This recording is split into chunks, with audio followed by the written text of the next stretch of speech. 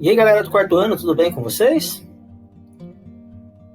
Dando início a essa videoaula, recordando que na aula passada o tio fez correção de atividades, e aí não deixou, né, como eram bastante atividades que tinham que corrigir, o tio não deixou atividades para que vocês fizessem. Então a gente vai dar sequência na nossa apostila. Só que é o seguinte, o capítulo 5, que seria o nosso próximo capítulo a ser estudado, fala sobre a origem do jogo de xadrez. E no início das nossas aulas remotas, o tio deixou para vocês vídeos, né, alguns vídeos falando sobre a origem do xadrez. Então, para não ficar muito repetitivo, e para a gente focar um pouquinho mais nas partidas no jogo de xadrez, o tio vai deixar essa atividade, tá, esse capítulo, perdão, até a gente não tem muita atividade para fazer sobre a origem do xadrez, é apenas uma leitura, deixo aqui como sugestão, se alguém tiver interesse, fica à vontade para ler, tá? Mas aqui são informações que vocês já sabem, que já foram passadas para vocês. Então, a gente vai passar para o capítulo 6, que fala sobre a anotação algébrica das partidas. O que é essa anotação algébrica? É aquela anotação onde a gente usa letras e números para nomear uma jogada, para a gente saber qual jogada que foi feita. E a gente sabe que o tabuleiro de xadrez, na verdade, ele possui, apesar de ter várias modificações durante os anos, as regras do xadrez foram modificadas, mas o xadrez ele não teve modificação, o tabuleiro não teve modificação, né? As regras do xadrez sim, mas o tabuleiro não. E ele continua então aqui com as casinhas, onde a gente representa aqui, né? A gente tem as letrinhas e os números, os algarismos. As letrinhas representam as colunas, então a gente tem de coluna de A até H, são 8 colunas.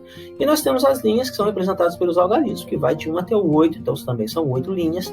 Lógico, né? O tabuleiro é quadrado.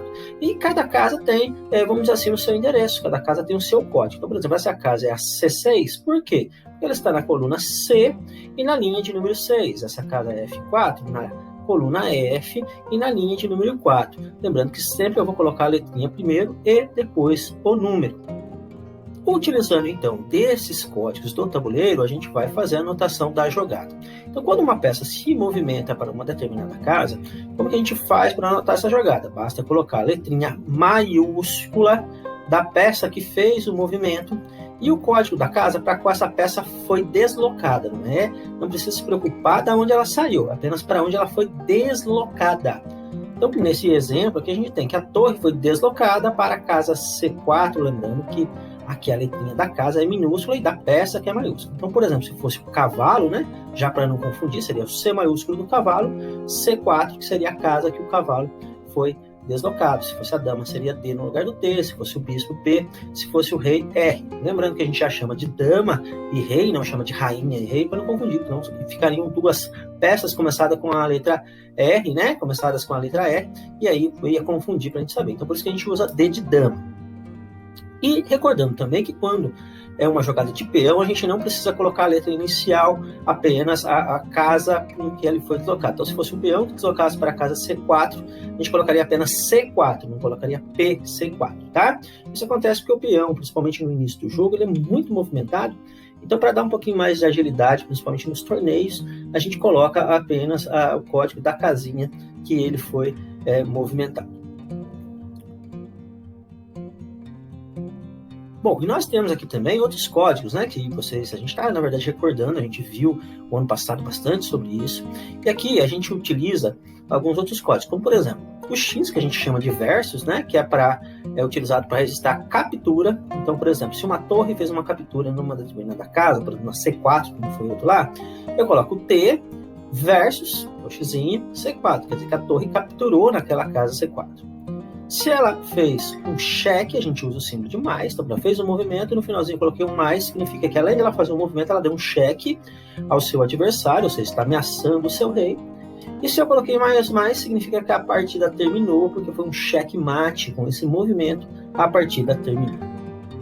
Bom, é curioso, porque na história de xadrez, essas anotações foram muito importantes, porque graças às jogadas escritas, foi possível descobrir características do formato de xadrez que teve durante os anos, ou seja, as suas mudanças durante esses anos. Então, essa simbologia ajuda muito a gente a descobrir essas jogadas. E agora é com vocês, tá? Vocês vão registrar aqui a partir da página 39, vocês vão anotar as partidas. Nota que vai ter notação de captura, pode ter notação de cheque. Então você vai colocar aqui no quadrinho qual jogada foi feita usando, né, a nossa simbologia, a nossa anotação algébrica, ou seja, as letrinhas e os números, os códigos do tabuleiro. Então vocês vão fazer aqui, tá? Essa atividade vai até a letra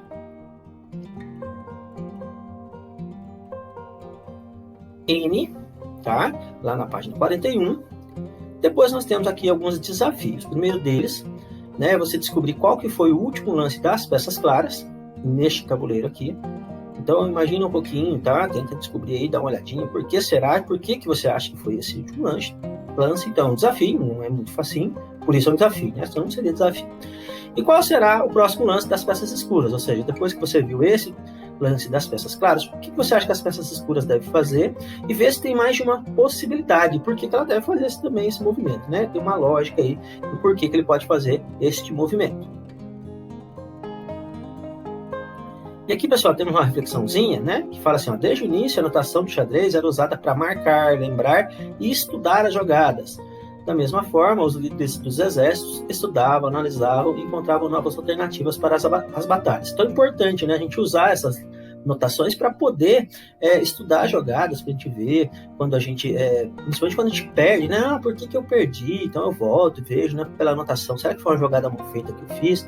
Aonde que eu estou errando para não cometer o mesmo erro? Então isso é muito importante nas notações do jogo de xadrez. E por último, aqui nós temos uma tarefinha de casa, onde vocês vão encontrar e registrar os cheques mates em um lance. Ou seja, você vai movimentar uma peça para dar checkmate. Aqui não está em checkmate ainda. Então faça a setinha, qual peça que vai movimentar, e aqui você vai fazer o registro desse movimento, dessa jogada que você fez, lembrando que o checkmate termina com mais. Esta atividade, então, vai até a letra F, ok?